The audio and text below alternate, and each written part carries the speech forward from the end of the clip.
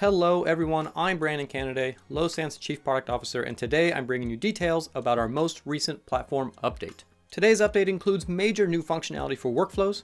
We've greatly improved the performance of loops by supporting parallel loop nodes.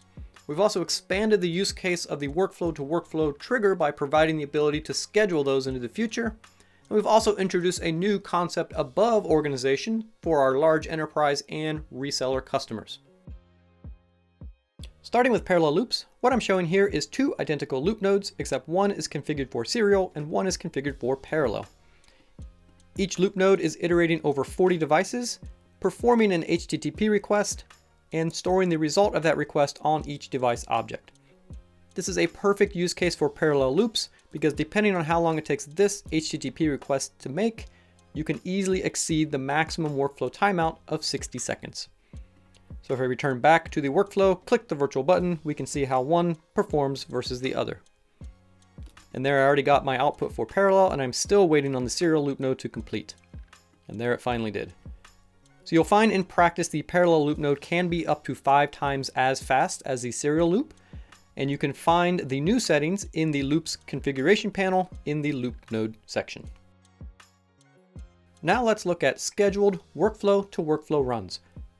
If you're not familiar with the workflow output node, it's existed for a long time and allows you to programmatically click virtual buttons in the same workflow or any other workflow in your application. So what I'm demonstrating here is a scheduled workflow run for 3 seconds in the future. So if you watch this debug output, what you'll see after I click this virtual button is this debug node will appear 3 seconds later. Let's go ahead and click it.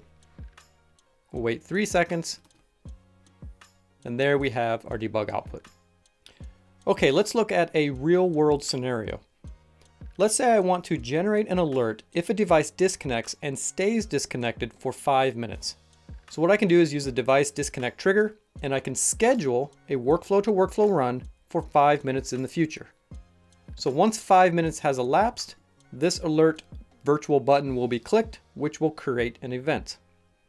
But scheduled workflow-to-workflow runs have another feature that allows us to give them an ID.